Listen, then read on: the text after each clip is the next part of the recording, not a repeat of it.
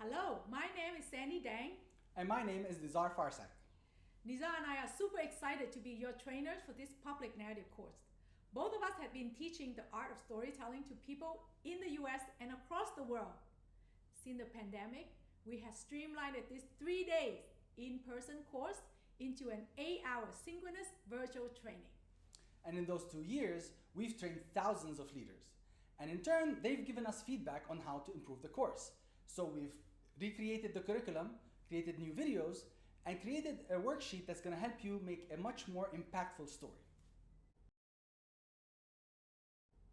One of the suggestions was for us to create this video to give you an overview of public narrative and address some of the misconceptions about this course. First, public narrative is not public speaking. Public narrative is a leadership framework that uses stories to motivate and inspire people to act on an issue that matters to them. The second misconception is that somehow leaders need to shy away from talking about anything personal or share their values or what they care about. And that comes from a thinking or an opinion that if a leader does share that, they're going to come across as self-centered or even worse, self-serving. Our mentor and Professor Marshall Ganz of Harvard often reminds us that when we are leading others, we have a responsibility to make people understand why we care. Because the problem we're trying to solve, we can't do it by ourselves. We need collective action. If you don't tell them why you care, then they will come up with their own assumptions. In other words, they will come up with their own stories about you. And that is why we start with a session on the story of self. We guide you through working through your values, the choices you made in your life, those choices that led you to the purpose you're working on today. And that might be a bit difficult at the start because as busy managers and executives, we get consumed with the what and the how and the where and the when that we actually overlook or even forget the why. Like, why are we doing this? Why is this important? And why do we think that we actually can succeed in doing it? Now, when we do that, we become present to the power of purpose. And that's what you're going to be learning in this course, in this session, the power of why. Once your team members or constituents get why you care, they also motivate to learn and understand why they want to care.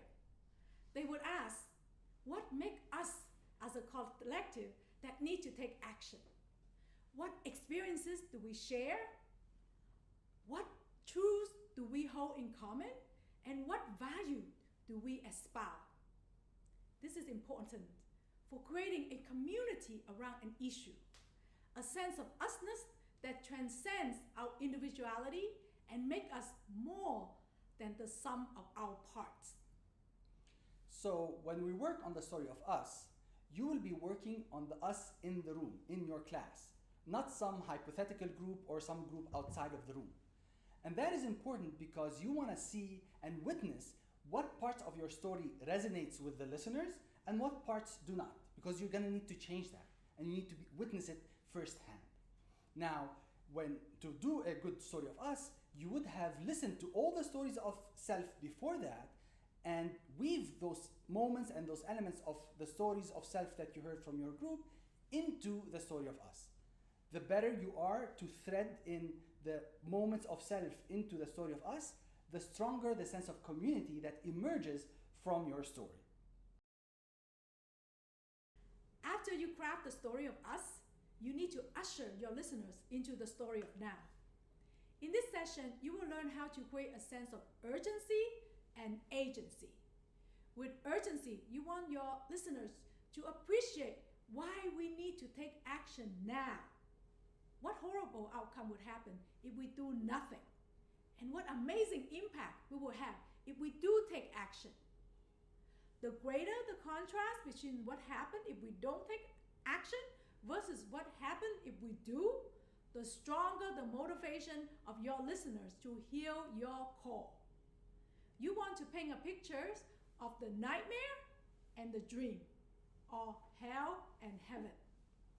For agency, you need to help your listener See why you believe that we can make a difference. Where is that source of faith for you?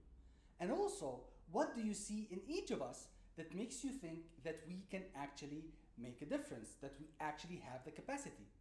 And finally, you need to share with them your vision. You need to help them see what you are seeing. And for that, you need to have a theory of change. How we move from A to B. How if we do X, we will get Y. Remember, public narrative is a leadership framework.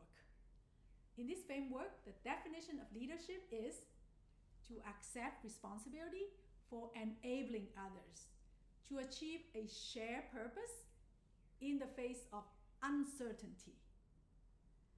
I want to emphasize the word uncertainty because leadership is about courage. Courage to take risks, courage to test your theory of change in the real world, to take action when you cannot guarantee the outcome and keep trying until you achieve your mission. Now we know this might be a lot to take, but then again, that is what we are here for. We will be with you along this journey and helping you every step of the way in the training. And we have the worksheet to help you map all the different story moments of your life and then weave them together into one coherent, impactful story.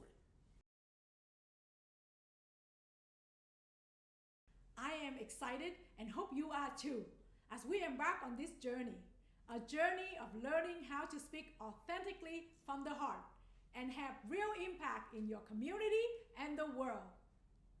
As one public narrative student once said, public narrative is not about applying a gloss from outside, it is really about learning how to glow from within. So let's get started.